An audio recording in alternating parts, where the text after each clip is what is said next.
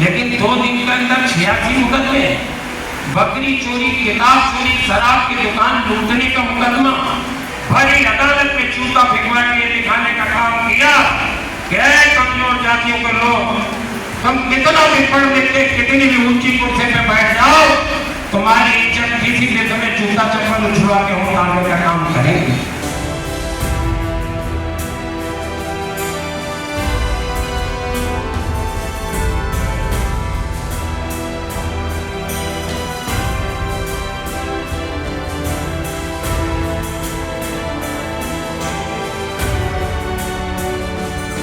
पहले वो एक खास वर्ग की महिलाएं, हेमा मालिनी, कंगना रनौत, स्मृति ईरानी, इसी तरह की महिलाओं को वो 273 सांसद बनाना चाहते हैं। उन्होंने वादा भी किया है कि इस तरीके की हरकतें नहीं होंगी, सारी भी बोला है।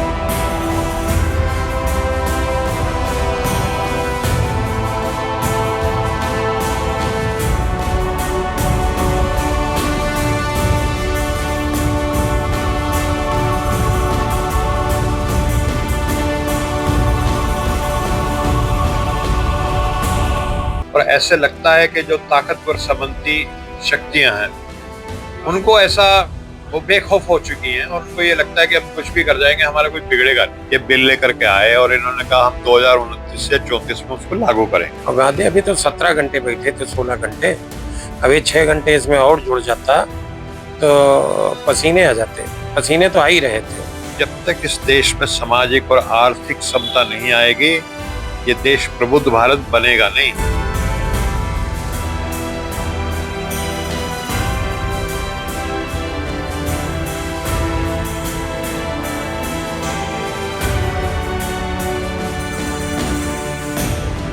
तो हम इसी लड़ाई को राकेश राठौर जी लड़ रहे हैं कि हमारी ओबीसी, हमारी जो पिछड़े वर्ग की जो मुस्लिम है, ओबीसी मुस्लिम, पसमानदा मुस्लिम, और हमारी जो दलित बहनें हैं, माताएं हैं, इनको भी संसद में आने का मौका मिले। ये लोकतंत्र है, बाबा साहब इसको लिख के गए हैं।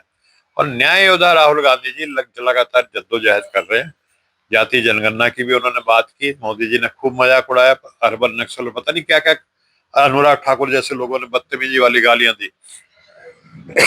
लेकिन वो हिमालय पर्वत की तरह अडिग रहते हैं और जो वो कहते हैं वो करके रहते हैं। और मोदी जी की सरकार से 9 महीने बाद जाति जनगणना की घोषणा करवा दी। ठीक है, तो ये काम तो होगा। मोदी जी अपने हाथों से कर लें तो अच्छी बात है, श्रेय मिल जाए शायद उनको, वरना बहुत जल्द मोदी जी की सरकार जाने वाली है। क्या लगता है ये जो महिला बिल आने वाला था, ये महिलाओं के पक्ष में कम है या फिर राजनीतिक फायदा ज्यादा है भारतीय जनता पार्टी को? देखो, ये महिला बिल था ही नहीं। महिला बिल तो 2023 में पास हो गया, तो क्यों अभी ये तक? तो डिलिमिटेशन बिल था जी 2023 में। देखिए, आपको अगर कहें तो मैं पूरी डिटेल बता देता हूँ। अंदर की बात जिसको बोलते हैं, अंदर की बात यह है कि 2023 में ये बिल लेकर के आए और इन्होंने कहा हम 2029 से 34 में उसको लागू करेंगे। ठीक है, लागू बाद में करेंगे, पास हमने अभी कर दिया। 2023 में महिला बिल जब पास हो गया, उसके बाद हमारे न्याय योद्धा राहुल गांधी जी ने भारत जोड़ो यात्रा की और उन्होंने बड़ी शिद्दत से महसूस किया कि इस देश का जो पावर स्ट्रक्चर है, जो शक्ति संरचना है, उसमें इस देश का दलित, इस देश का ओबीसी, आदिवासी और जो गरीब है वो बिल्कुल गायब है। तो उन्होंने कहा अब मैं जो लड़ाई लड़ूंगा, और ये बात को बाबा साहब भीमराव अम्बेडकर जी ने जब संविधान देश को सौंपा था, 26 नवंबर 1949 को संविधान सौंपा था, उसकी पूर्व संध्या पे 25 नवंबर 1949, उसकी पूर्व संध्या पे बड़े उन्होंने ऐतिहासिक शब्द बोले थे बाबा साहब भीमराव अम्बेडकर ने। उन्होंने कहा ये संविधान लागू हो जाएगा तो राजनीतिक, जिसको कहते हैं पॉलिटिकल इक्वलिटी, आ जाएगी। One man one vote equal value.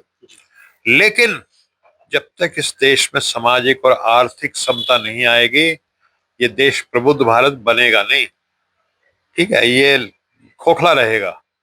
और वही जो जिसको कहते हैं कि सामाजिक और आर्थिक, राजनीति बराबरी आ गई 15 अगस्त के बाद और संविधान में, लेकिन सामाजिक और आर्थिक बराबरी की जो दूसरी आजादी की लड़ाई जिसको हम कहते हैं, उसका नेतृत्व न्याय योद्धा राहुल गांधी जी के क़यादत में, उनकी रहनुमाई में ये हो रहा है। और ये बहुत जल्दी जैसे ही राहुल जी बनेंगे प्रधानमंत्री, ये अपने उस पर पहुंचेगा। और मोदी जी तो पिछली बार 400 पार 400 पार 400 पार का कहते रहे, आए 241, क्योंकि उन्होंने संविधान को तोड़ने की बात कर दी थी। तो संविधान की जो समर्थक शक्ति हैं और जो समतावादी शक्तियां हैं, जो मानवतावादी शक्तियां हैं, वो जाग चुकी हैं, वो एकजुट हो रही हैं।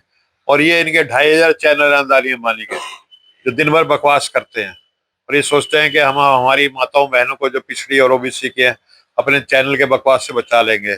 अभी आज ही मैं पढ़ रहा था, एनडीटीवी उसने खरीदा अदानी ने, लगातार उसकी टीआरपी कम हो रही है, उसको एडवर्टाइजमेंट नहीं मिल रहा, घाटे में बंद करना पड़ेगा। तो क्रेडिबिलिटी जो है मोदी जी की, वो खत्म हो चुकी है, जीरो हो चुकी है।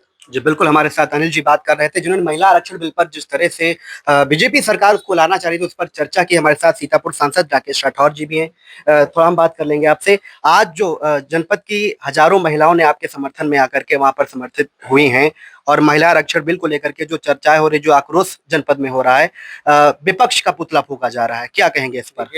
ये आज इन लोगों ने बता दिया, बहनों ने आके यहाँ पे, कि अगर भारतीय जनता पार्टी के लोग इस तरीके की ओछी हरकतें करेंगे, अगर हमारे नेताओं का पुतला फूकेंगे, तो आज उन लोगों ने आके बता दिया कि उनको 2027 में पूर्तिया उत्तर प्रदेश में फूक के विदा करेंगे।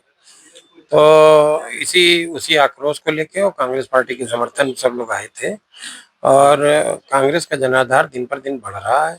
सब लोगों के, आप सबका मार्गदर्शन हम लोगों को मिलता रहता है, और जल्द ही कांग्रेस जनपद के अंदर बड़ी ताकत के साथ उभर के आएगी।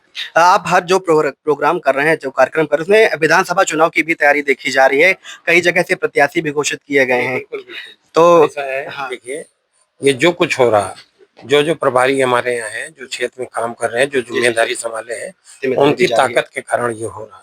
ये सब लोग अपनी जिम्मेदारी समझते हैं, क्षेत्र में लगातार हैं और लगातार लोगों तक जा रहे हैं। सुनीता चौधरी जी हमारे साथ बैठी हैं, अरुणेश यादव जी बैठे हैं, महमूदाबाद से हैं, आप मिश्रिक से हैं, आप लोग लगातार क्षेत्र में सक्रिय। अभी पीछे जलीस भाई खड़े थे मेरे, तो लगातार लोगों के बीच में है। इसी कारण आप सबके सहारे कांग्रेस मजबूत हो रही है। अभी कुछ ही दिन पहले की बात है, आप हाउस अरेस्ट किया जा रहा था आपको, उसमें आप एक तरह देखा तो देखिए, उनको मुंह तोड़ जवाब मिला, उनकी चूल्हे हिली हैं, और अब आगे से उन्होंने वादा भी किया है कि इस तरीके की हरकतें नहीं होंगी, सारी भी बोला है। और हम तो बता चुके हैं उनको कि गांधी का देश है, हम लोग गांधी अम्बेडकर दोनों को साथ मानने वाले लोग हैं। और गांधी अभी तो 17 घंटे बैठे थे, 16 घंटे, अभी 6 घंटे इसमें और जुड़ जाता तो पसीने आ जाते। पसीने तो आ ही रहे थे, गस खा के गिर जाते।